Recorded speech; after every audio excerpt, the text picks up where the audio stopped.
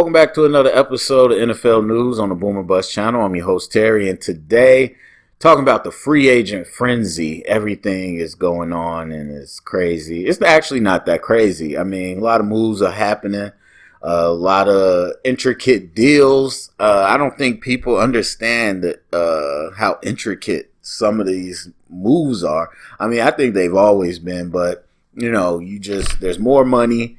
The CBA has changed in different ways, but, I'm older, so I understand more, but I would say that I got to have a lot of respect for the agents, the front office people, everybody involved, because, look, if you could say anything, you could say this. These people know the game, and they know how to play it. And that's exactly what everybody does. That's what we call salary cap magic, gymnastics, all that good stuff. And this whole new wave of voidable years is just the latest in, the new tricks. And we'll talk about that a little bit, but we talked about that last year when Dak signed his big contract. So anyway, there's some notable moves, as I was saying, but I wouldn't say anything has been buck wild. So the Jags, inexplicably, really want some receivers. And so they paid big for Zay Jones, and they paid even bigger for Christian Kirk. And nobody really knows why. I'm sitting here right now, and I couldn't tell you why. Because, not to say that neither one of them are good or capable, but the money they spent relative to who they are or what they've done and can do is a little wild. And so that was a little eye-opening. They've added a number of different pieces, and you got a team with cap space, so why not? But also a team that said, hey, we don't really have a lot of talent. We need to add some talent. But that really kind of, I wouldn't say shook the league, but it definitely it was an eye-opener. It was like, why did they just pay Christian Kirk so much money? And we'll see. Maybe they just feel like, well, it is a new scheme and everything with Doug Peterson, so we don't know what it's going to look like, but maybe that fits perfectly to what Dougie P's trying to do. So, that was that. Then you got Randy Gregory with an interesting move, flipping on, what do they call it? The Cowboys. And so at first it was weird, and as fans we kind of get it from the outside where these things happen. But as you get more information, it makes sense. So Randy Gregory had a deal done, and the Cowboys had some language in there that Jerry Jones claimed was standard for their contracts that they do now, except Dak Prescott. But it wasn't in Randy's previous contract, so it might be a new thing they've added to the contract. And he didn't like it.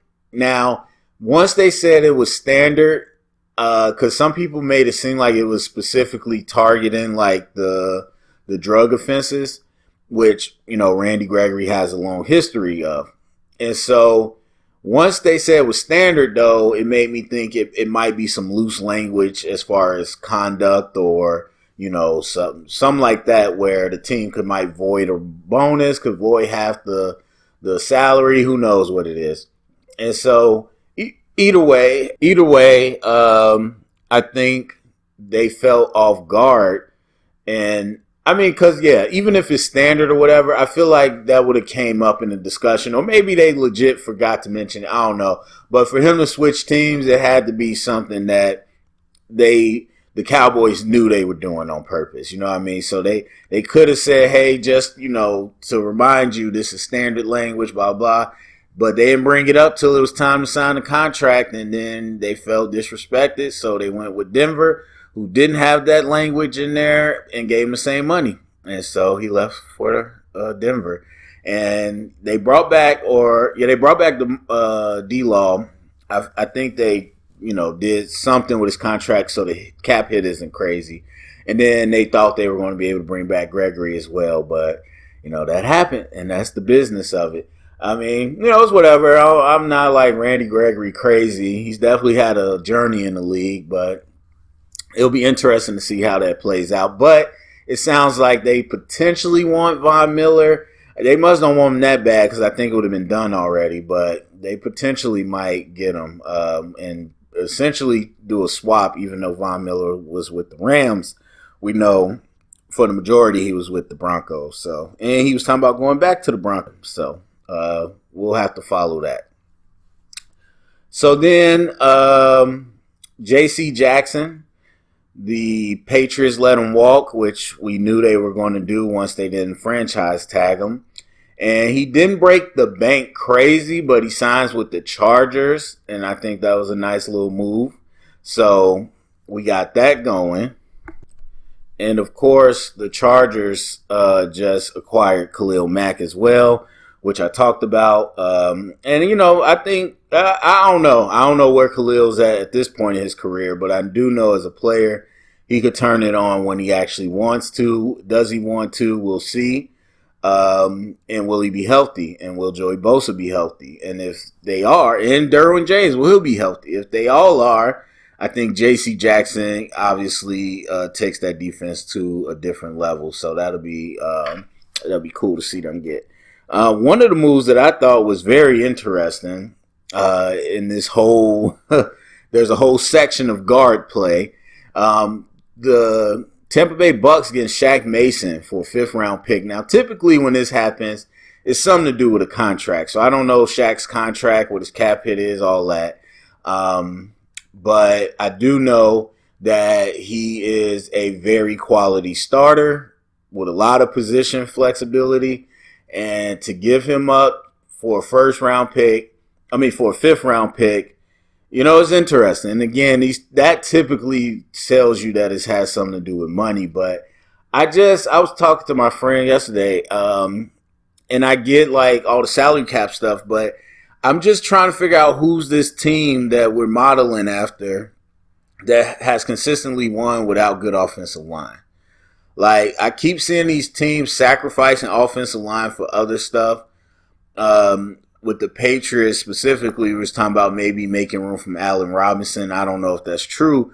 But it's like, yeah, Allen Robinson, I love him, and I think that would be a good ad. But really going to give up a starting guard for just to make room for that, for a receipt? Like, these things all work together.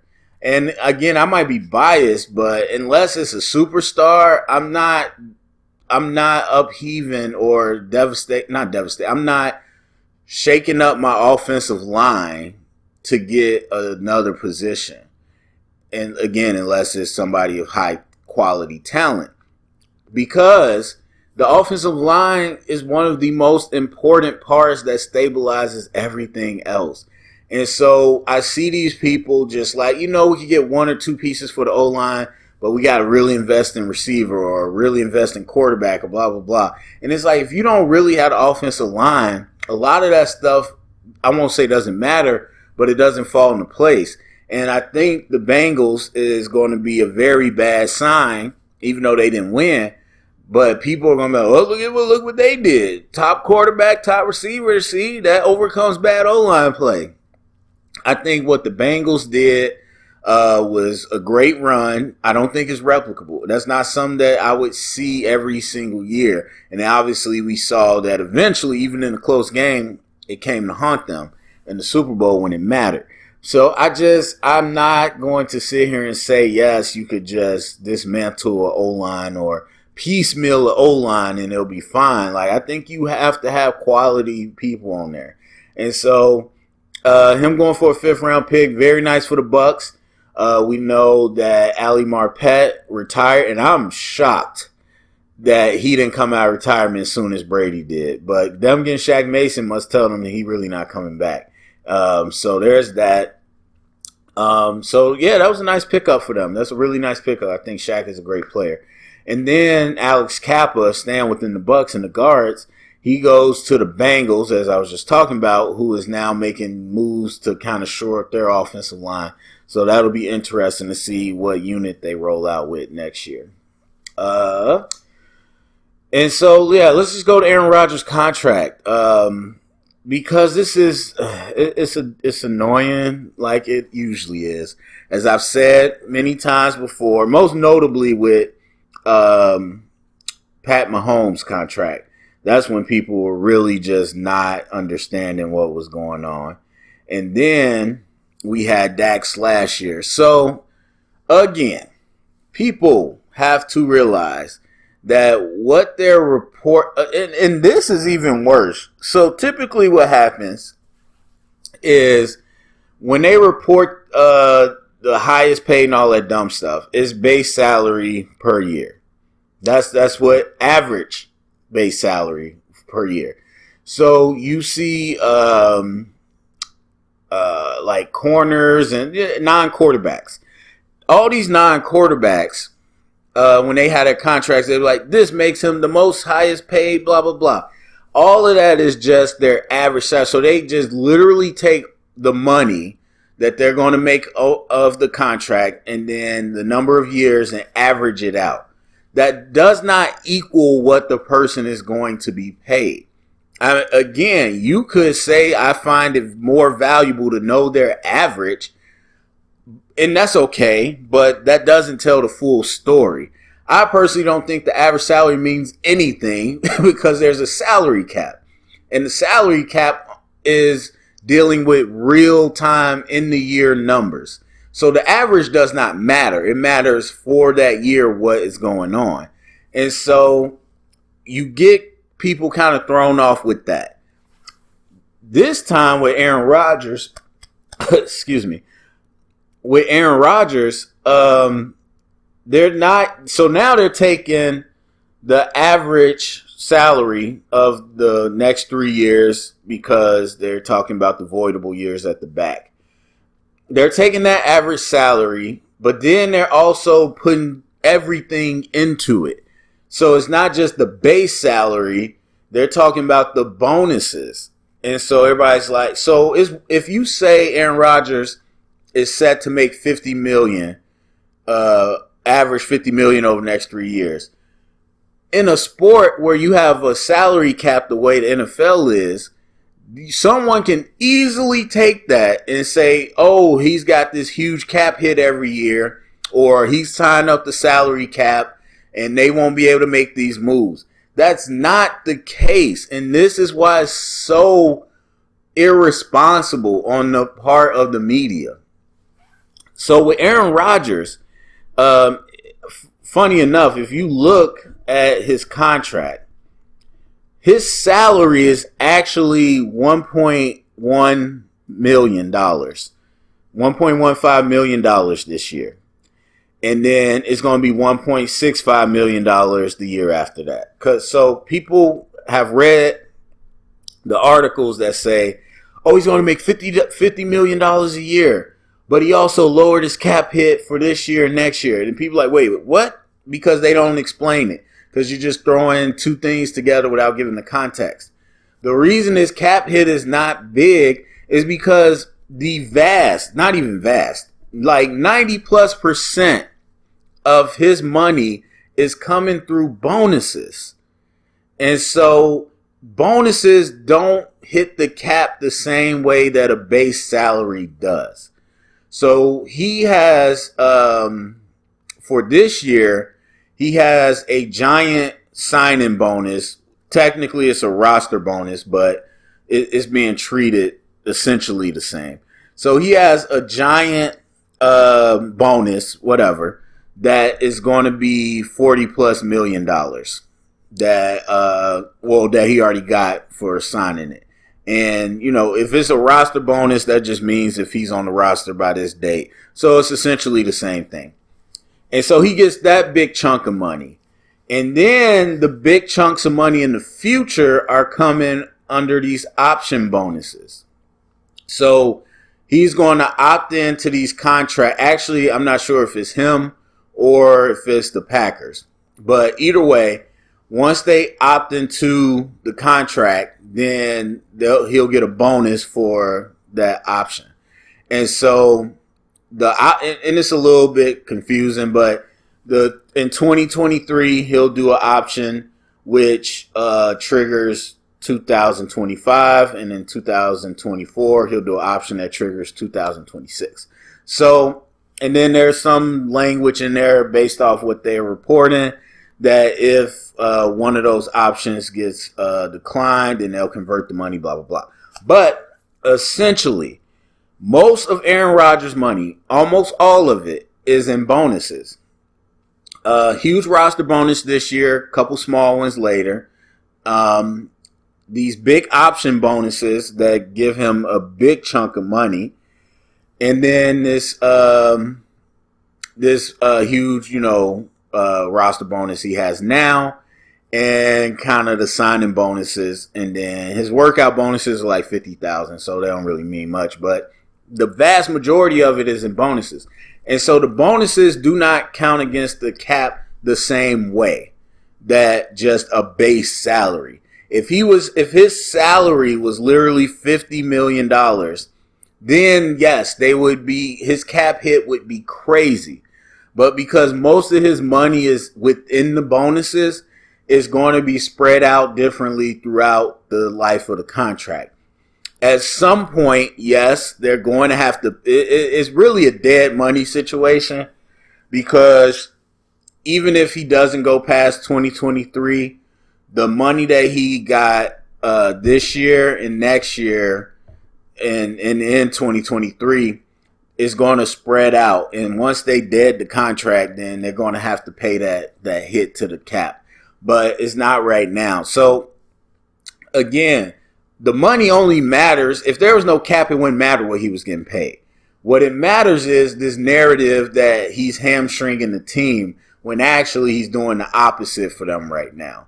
And again, that $50 million report for his salary is not completely accurate. And they continue to do this. They continue to report the numbers in a simplified way that people take the wrong way. So there's that with Aaron Rodgers' contract. Trying to think if there's any other big news in free agency. Well, I mean, technically not free agency, but you got the Desean Watson thing going on.